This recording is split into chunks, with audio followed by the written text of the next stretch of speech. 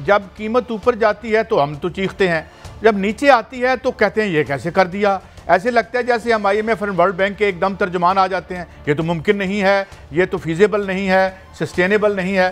ये क्या मामला है? ये फीजेबल है, सस्टेनेबल है, ये हमें बर्बाद कर देगी, कीमत की कमी तो फिर बढ़ा दें। कैसे देखते हैं आप इसको? देखिए, बात यह कि सबसे पहले तो अल्लाह ताला की ज़ात है, और अल्लाह ताला की ज़ात जो है, जहाँ मैं हमेशा से समझता हूँ कि जिस वक्त ज़रूरत होती है उसी वक्त अल्लाह की मदद आती है। और इस वक्त जो है आवाम को ज़रूरत थी, क्योंकि कीमतें जिस तरह बढ़ गई थी आलमी मार्केट में, तो एक रिलीफ की ज़रूरत थी। तो ये जो है वज़ीर आज़म ने जो है वज़ीर ख़जाना को बोला कि आप ज़रा से अपने जो है बिल्कुल जो वसाइल हैं, जो आपकी आमदनी है, और कहाँ कहाँ जो है आप जो है गैर ज़रूरी चीज़ को पीछे करके ये जो है एक पैकेज अगले 4 महीने के लिए दे सकते हैं, तो इस पर काम करें। उस पर काम किया और अल्हम्दुलिल्लाह हमारे सामने चीज़ें आईं, और ये फ़ैसला इस पस मंज़र में किया गया कि पहले ख्याल ये कर रहे थे कि ये सर्दियों गुजरेंगी तो तेल की कीमतें नीचे आ जाएंगी, क्योंकि यूरोप वगैरह में गैस का बुरान था कोरोना की वजह से।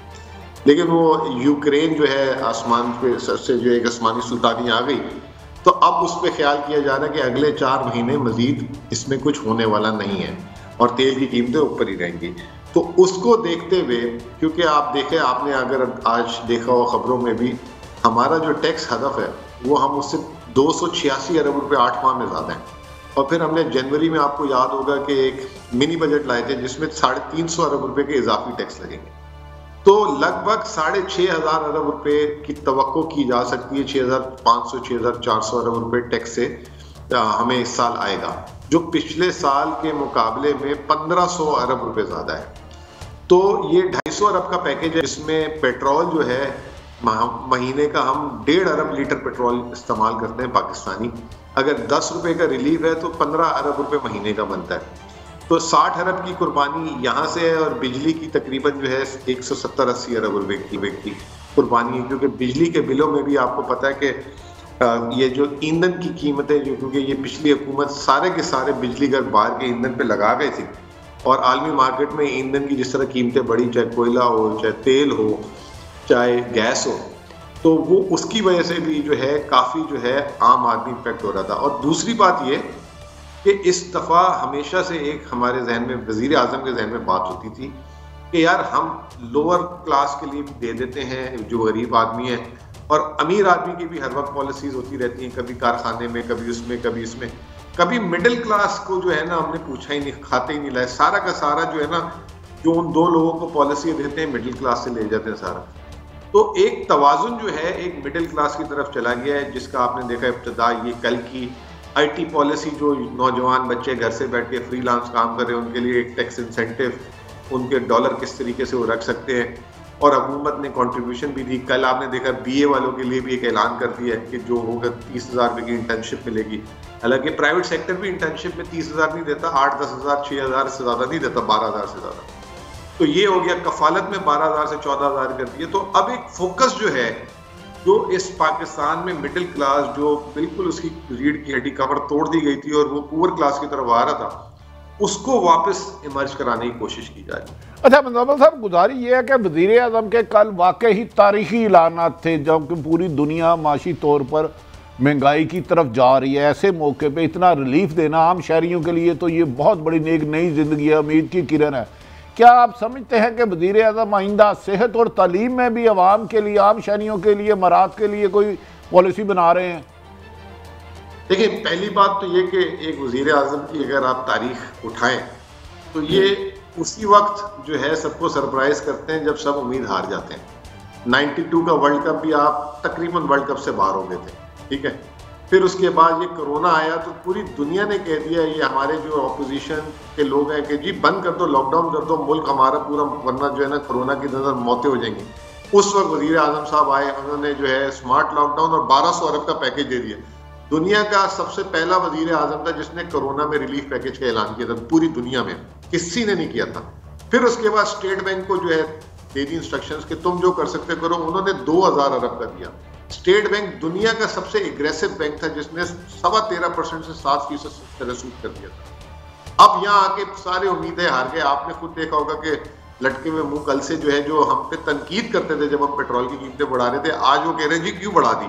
शायद खगान अब्बासी साहब आपकी नज़र से गुजरे हों और भी अपोजिशन के अरकान। तो यहाँ पे आके फिर एक सरप्राइज किया। अब आपने कहा सेहत कार्ड, देखें आरिफ साहब आप तो माशाल्लाह खुश नसीब हैं, मैं जरा सा जो है ना जेलस फील करता हूँ आप लोगों से। मैं कराची का हूँ, हमें कोई सेहत कार्ड ही नहीं मिला। आप लोग की जेब में 10-10 लाख रुपए डाल दिए वजीर आजम साहब। तो आप अपने वजीर आला सिंध को कहें ना, आपका हमसे ज्यादा हक है, हम तो मानते हैं मेरे भाई। हमारे वजीर आला सिंध तो 50,000 रुपए महीने के मेरे घर का पानी का खर्चा है, मैं वो बाहर से खरीदता हूँ, उनसे हम पानी दे दें हमारे लिए सेहत कार्ड से ज्यादा बड़ी नेमत होगी। 50,000 प्लीज प्लीज, मैंने ये सही सुना है मुजम्मिल असलम साहब? 50,000 रुपए जी। 10,000 रुपए का टैंकर आता है 6,000 गैलन का, और मेरे घर में 5 से 6 टैंकर डलते हैं। अगर गर्मी ज्यादा होगी तो 6 डलेंगे। तो 50,000 रुपए हमारे घर का सिर्फ पानी का महीने का बिल है। वजीर आला साहब से वही फ्री करवा दें तो मैं दुआएं दूंगा। साहब आप पानी से बिजली बनाते हैं अपने घर में? सर अब इस्तेमाल है, घराना है, भाई रहते हैं, वालिद साहब के साथ रहते हैं, तो घर है हमारा माशाल्लाह। अच्छा, मैं जो पूछना चाह रहा था, ये जो 30,000 रुपए की इंटर्नशिप है, इसकी थोड़ी सी आम बंदे को इन्फॉर्मेशन नहीं आ रही। ग्रेजुएट से क्या मुराद है? BA, MA, PhD, इसकी क्या, किस तरह ये पैसे, जरा इसकी डिटेल आप दे सकते हैं? लोगों को बड़ी दिलचस्पी है इसमें।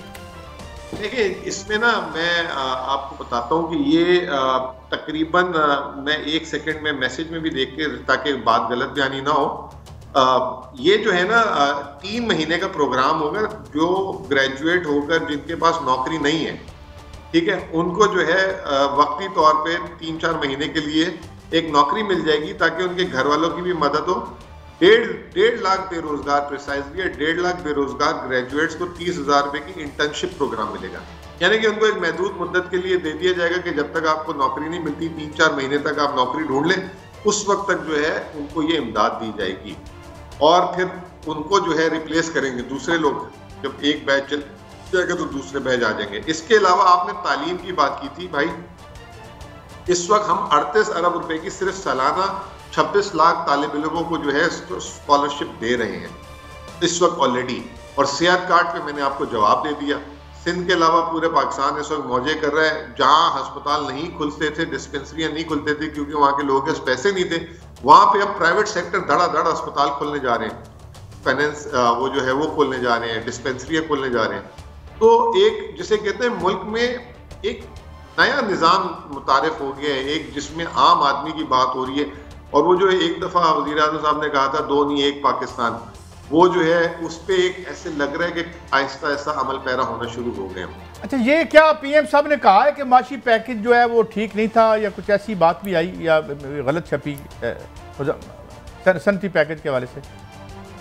नहीं, उन्होंने ये आज जो मैं समझ रहा हूँ, अगर जो मैं समझ रहा हूँ आप ये कहना चाह रहे हैं कि आज जो उन्होंने एमनेस्टी स्कीम, जो इंडस्ट्रियल पैकेज अनाउंस किया है, उन्होंने उस पर यह कहा है कि जो 2019 में हमने दी थी पहले आगे, वो जो है अगर मैं उसको इन्वेस्टमेंट से और कारखानों से लिंक कर देता जो अभी दिए, तो उस वक्त जो है 3 साल पहले ये अमल शुरू हो जाता, तो आज कई ज्यादा कारखाने लग चुके थे इस मुल्क में और कई ज्यादा लोगों को रोजगार मिल जाता।